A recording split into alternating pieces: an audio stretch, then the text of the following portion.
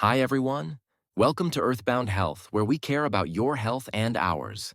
Don't forget to subscribe and come back often to get more no-frills information that will help you create and maintain your health.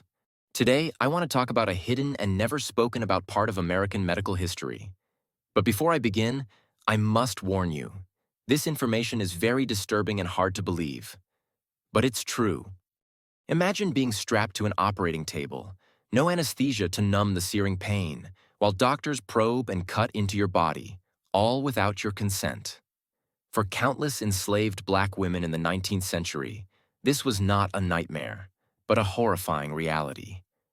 The very foundation of modern gynecology was built on their suffering, in experiments that would advance medical science but leave a legacy of pain and cruelty that endures to this day.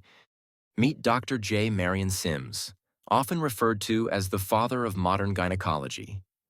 Between the 1840s to 1850s in Montgomery, Alabama, Sims became notorious for performing experimental surgeries on enslaved black women without administering anesthesia. His experiments focused on repairing vesicovaginal fistulas, a painful condition where an abnormal connection forms between the bladder and the vagina, often due to childbirth trauma. Consider this. Sims believed that black women did not feel pain the same way as white women, a belief that justified his refusal to use anesthesia. Betsy, Anarcha, and Lucy were three of the many enslaved women Sims operated on multiple times. Anarcha underwent more than 30 surgeries without anesthesia, often in extreme pain, to perfect a technique that would later be used to treat vesicovaginal fistulas. Yes, Sims is credited for his work, which led to advances in the treatment of vesicovaginal fistulas, which was a significant cause of suffering among women after childbirth. However, we should not forget that the cost at which this knowledge was gained is often ignored in medical narratives. These enslaved women endured unimaginable suffering and had no say in the procedures being done to their bodies. There was a widely held and popular belief that black people, particularly black women, had a higher pain threshold than white people. This was not just a personal belief of Dr. Sims, but a reflection of larger and pervasive ideas in society and medicine. This myth served to justify the refusal of medical care and pain relief for black women. It perpetuated the idea that enslaved black women could be used for medical experiments because they were thought to feel less pain, making them ideal and perfect subjects for risky or painful procedures. Betsy was one of Sims's patients who was operated on without consent and even denied medication for pain.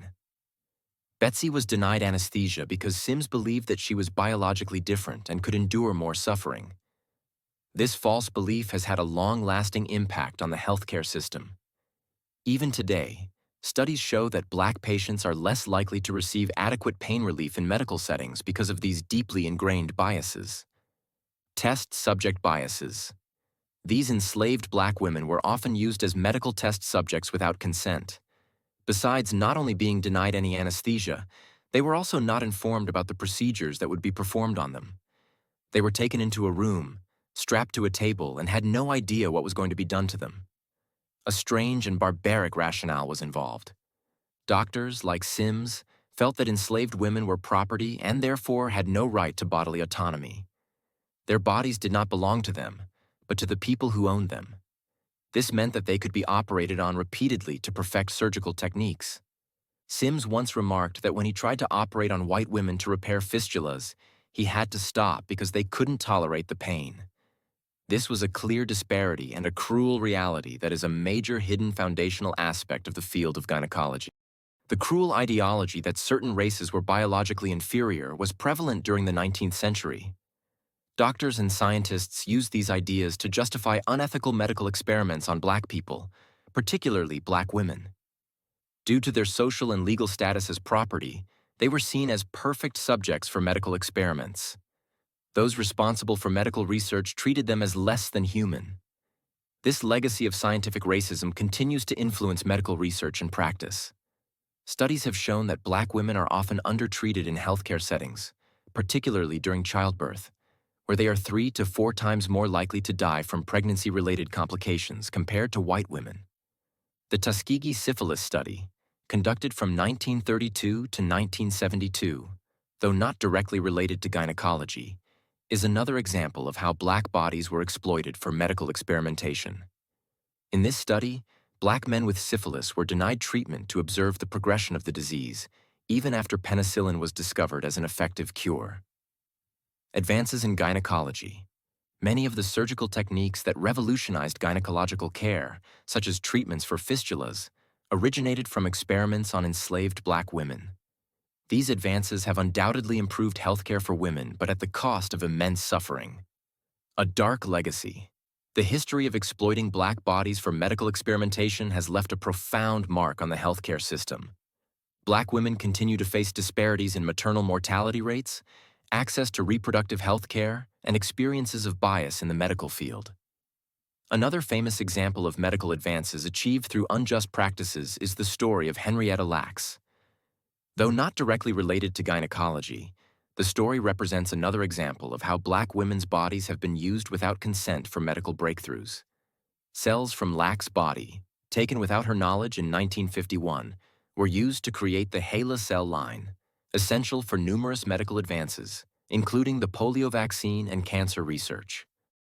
In recent years, there have been calls to acknowledge the pain and suffering endured by black women in the name of medical progress. Museums, books, and documentaries have begun to tell the stories of women like Anarcha, Betsy, Lucy, and Henrietta Lacks, highlighting the cruel practices they were subjected to. There is a growing movement to address the disparities in healthcare, particularly in maternal and reproductive health. This includes advocating for culturally competent care, better pain management for patients, and confronting the biases that still exist in the medical field. In Montgomery, Alabama, a monument was erected in 2018 to honor Anarcha, Betsy, and Lucy, the three enslaved women upon whom Sims performed his experiments. This represents a small but significant step toward acknowledging the wrongs of the past. Acknowledging the inhuman history of gynecology is essential for healing the wounds it caused and for building a more equitable healthcare system. By confronting these historical truths, modern medicine can begin to address the ongoing mistrust and disparities that black women face in healthcare today. The history of modern gynecology is built upon painful and often inhumane practices that were carried out on these women without their consent. This dark chapter of medical history is often glossed over, but it is critical to understanding both the advances in gynecological care and the profound mistrust in the healthcare system. This video has been an exploration of the deliberately hidden history of gynecology, focusing on the shocking misuse of anesthesia and medications. Most people have no idea that these cruel experiments laid the foundation for some of today's medical knowledge. This dark history of gynecology is a sobering reminder of how scientific progress has often been built on the exploitation of marginalized communities. While the medical breakthroughs achieved through these unethical experiments have benefited many, the suffering endured by women like Anarcha, Betsy, and Lucy cannot be ignored. Today, as we strive for a more just and equitable healthcare system, it is crucial to remember this history and to ensure that the voices and experiences of women like these are no longer marginalized or silenced. By understanding the roots of gynecology, we can begin to dismantle the systemic injustices that still affect the healthcare system and work toward a future where all women receive compassionate, ethical, and equitable care. Thanks for watching. Please subscribe to the channel and return often to get more no-frills information that will help you create and maintain your health as naturally as possible. Remember, we care about your health and ours. Until next time, be safe, be well, and be prosperous.